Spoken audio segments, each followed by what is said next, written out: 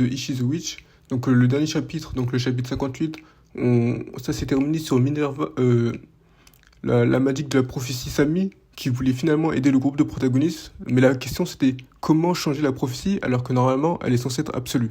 Donc comme on l'a vu avec la prophétie de Ishi. Donc là, les premières pages du chapitre, c'est le Magic Pulp qui tue Minerva. Donc bien sûr, c'est une prophétie. Donc c'est intéressant de voir derrière le Magic Pulp des sortes de morts-vivants derrière.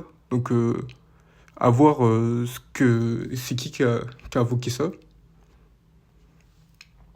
Donc là, c'est là le groupe de protagonistes qui récapitule le plan. Donc là, ça va être sympa vu que Ishii est finalement KO. Donc là, on va laisser les autres briller un peu. Donc Okuraku et Jizo. Donc c'est ce que j'avais reproché à l'arc en lui-même. C'est que c'était que centré sur Ishii et Uroro. Donc ok, donc là finalement Jizo, on a un petit moment émotionnel avec Minerva et Jizo. Tac. Donc là, on va voir finalement, donc là les combats c'était sûr. Donc là ça va être un Jizo contre le Magic Pulp, donc Kizaji. À chaque fois je dis le Magic Pulp, mais on va dire Kizaji. C'est plus simple. Donc j'ai vraiment hâte de voir ses capacités à Jizo, vu que normalement c'était censé être un arc centré sur lui. Enfin, c'est toujours centré sur lui, mais voilà, tout le monde, enfin on pensait tous que ça allait être lui l'antagoniste final. Enfin l'antagoniste de l'arc. Mais hâte de voir ses capacités. Donc là je suis content, là la conversation elle est expéditive. Oui, parce que je trouve qu'il parle beaucoup trop et ça ça gâche les chapitres. Par contre, là, je suis vraiment, vraiment content que Itsugi, il me semble qu'il s'appelle comme ça. Euh, je sais plus trop, j'ai oublié son nom.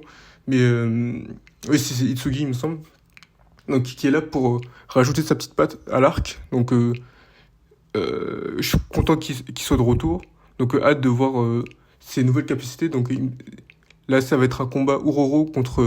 Enfin, Itsugi contre Dedaskara. Donc un 2v2, un 2v2, donc ça va être sympa à voir. Donc est-ce que il a des nouvelles capacités? Parce que bon, la dernière fois, il me semble qu'il était à 100%.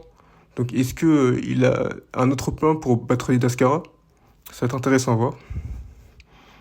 Alors, oui, donc je suis un peu déçu que Gokuraku, bon, il a un peu de second plan, mais je suppose qu'il va avoir son petit moment à lui pour briller. Et j'espère pour lui.